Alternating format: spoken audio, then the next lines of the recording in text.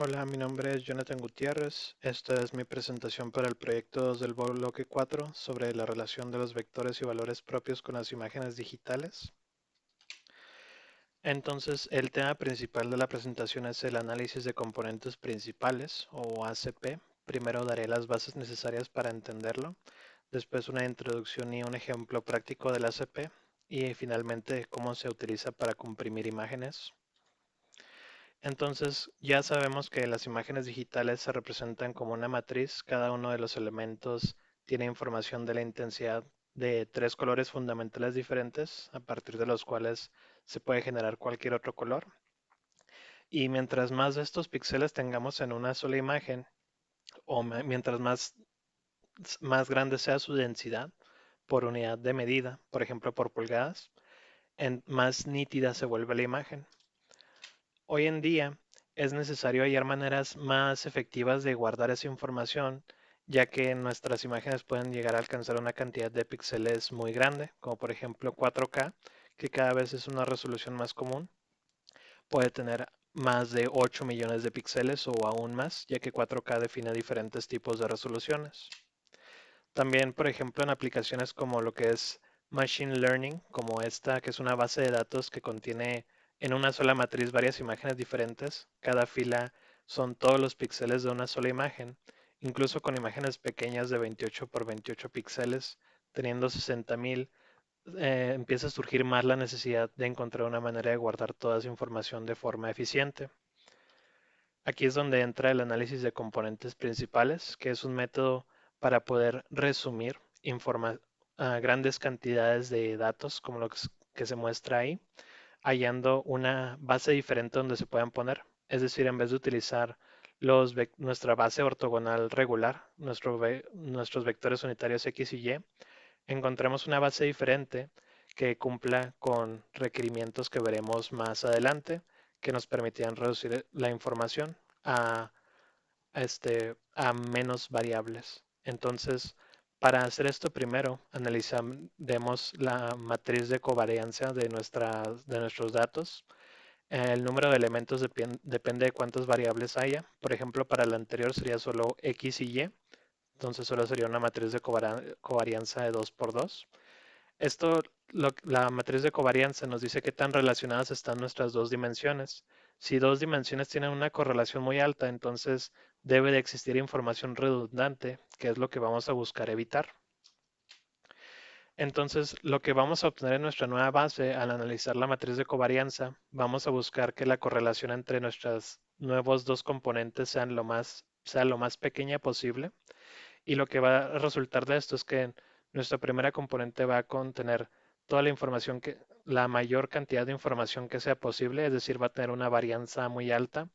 Las siguientes componentes van a intentar captar toda la información que no se pueda captar con esa única componente, pero poco a poco van a tener menos información, es decir, una varianza menor. Y por lo tanto podríamos excluir algunas de ellas sin perder tanta de la información original. Esto se hace obteniendo los valores y vectores propios de nuestra matriz de covarianza, que concuerdan con las direcciones donde la varianza es mayor, es decir, la primera dirección donde es mayor, la segunda, y así sucesivamente dependiendo del número de variables originales.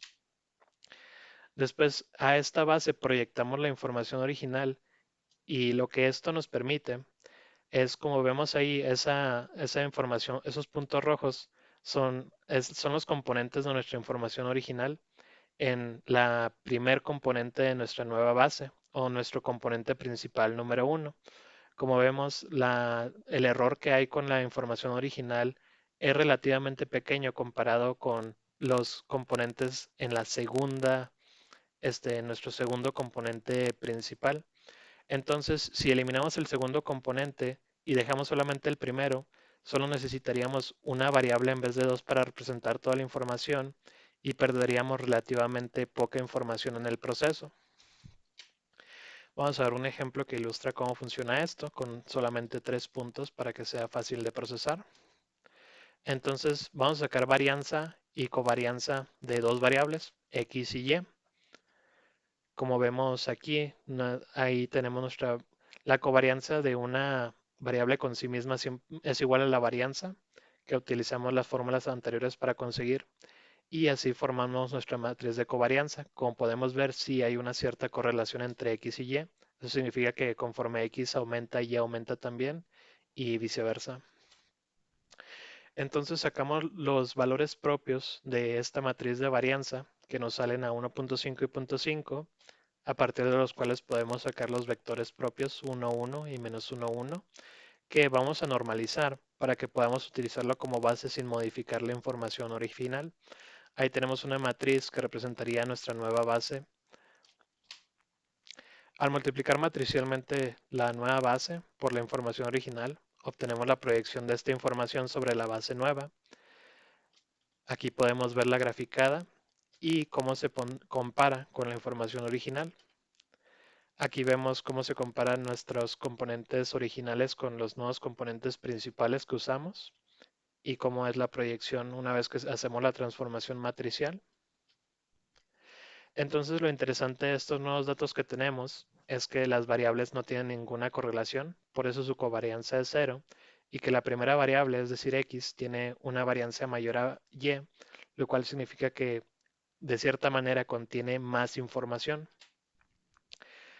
Si queremos, entonces podríamos solamente utilizar este primer componente e ignorar el segundo, ya que contiene relativamente poca información, y preservaríamos bastante de la información original, pero ahora no tendríamos que usar X y Y, solo X.